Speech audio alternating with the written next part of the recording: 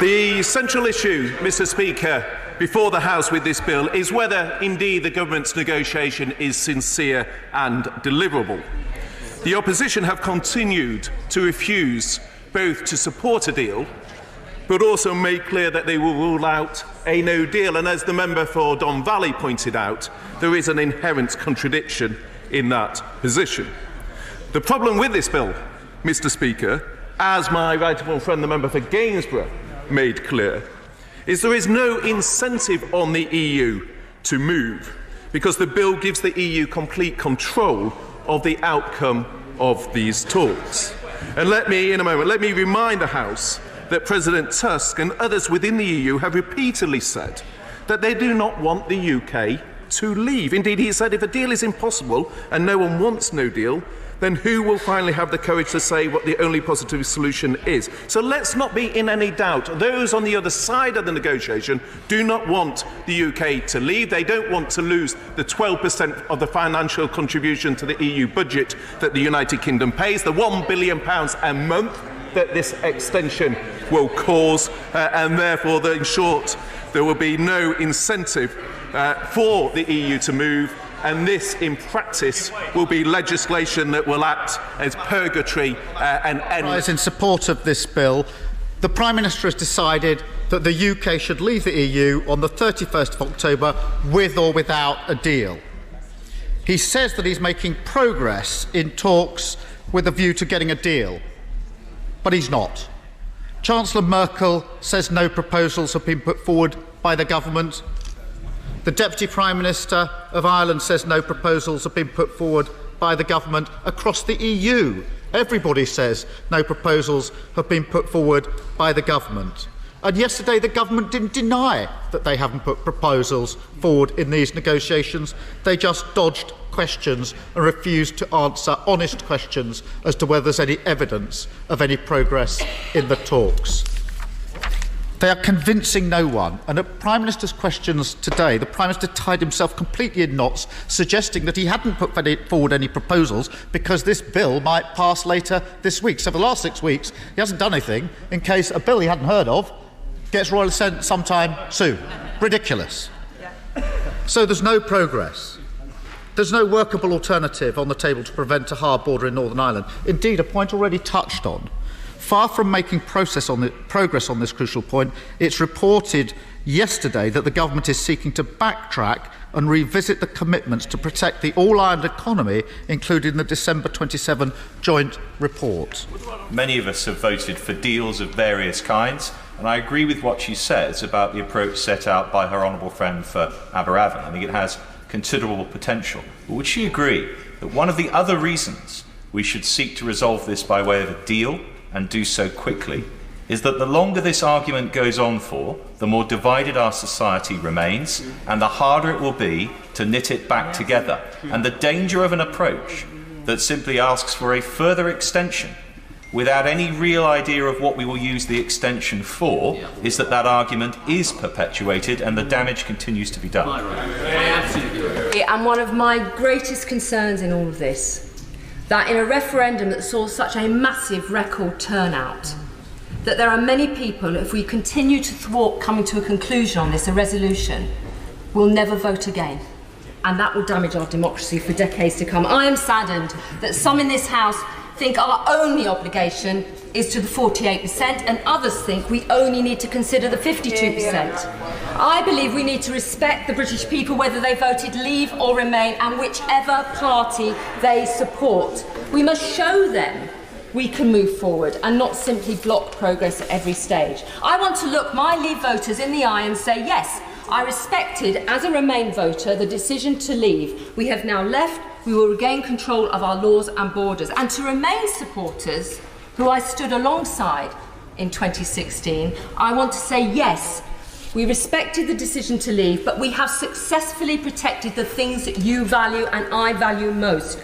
Open trade with the EU, workers' rights, high environmental standards, rights for Brits abroad, respecting EU citizens working here, student exchange programmes, joint research projects. I could go on. All of these can be secured.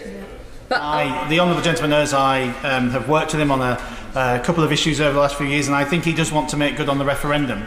The problem with his extension, of course, is that we have repeatedly heard from members of Parliament saying they want to respect the will of the referendum.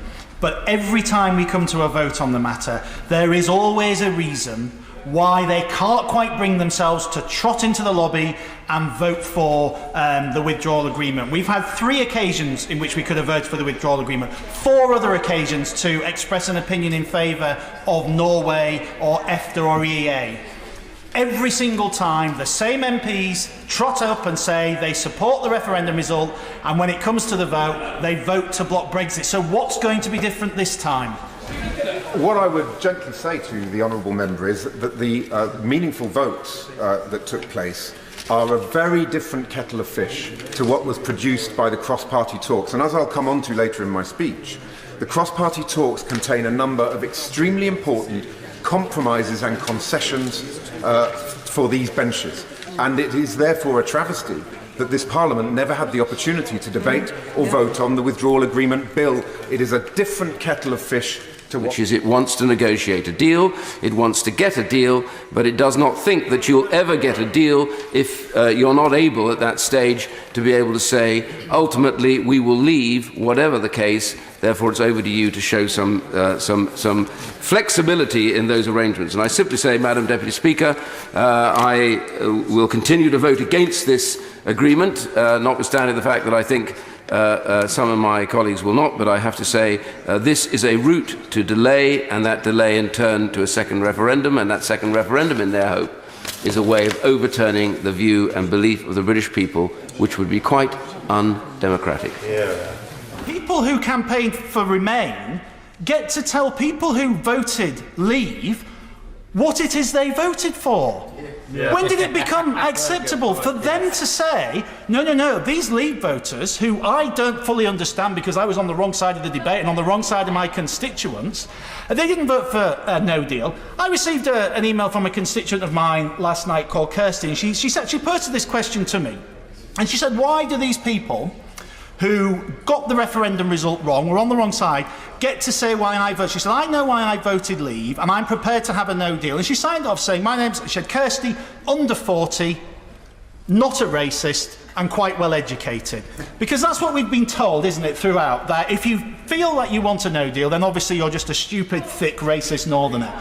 And people have seen this. They're sick of it. We are sick of it. So I will not support any amendment that allows a further extension for this, because I know what's going on here. Yeah. I know, and my constituents know what's going on. Play it long, play for time, say you respect the result. You have no intention of respecting the result. They haven't respected the result in March of this year. They didn't in April. They're not going to on October the 31st, and you can sure as damn tell it, Madam Speaker, they ain't going to on January the 31st either. Yeah. Mr. Speaker, it is completely impossible for government to function if the House of Commons refuses to pass anything that the government proposes. And in my view, and the view of this government, there must now be an election on Tuesday the 15th of October, and I invite the right honourable gentleman to respond, to decide which of us goes as Prime Minister to that crucial council on Thursday the 17th of October.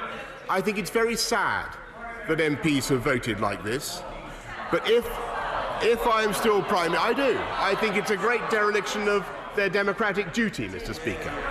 But if I'm still Prime Minister after Tuesday the 15th of October, then we will leave on the 31st of October with, I hope, a much better deal. The Leader of the Opposition now has a question to answer. He has demanded an election for 2 years while blocking Brexit. He said only 2 days ago that he would support an election. And now, Parliament having passed a bill that destroys the ability of government to negotiate, is he now going to say that the public cannot be allowed an election to decide which of us sorts out this mess? I don't want an election. The public don't want an election. The country doesn't want an election. But this House has left no other option than letting the public decide who they want as Prime Minister, and I commend this motion to the House. member, that the offer of the election today is a bit like the offer of an apple to Snow White and the Wicked Queen, because what he's offering is not an apple or even an election, but the poison of a no deal. So, Mr. Speaker, I repeat what I said last night. Let this bill pass and gain royal assent, then we will back an election so we do not crash out with a no-deal exit from the European Union. And so it's the anti-democratic instincts of this government that cause us concern. Despite the expressed will of the House to support the bill debated today, the Conservative peers, their colleagues in the Lords, have tabled 92 amendments for debate.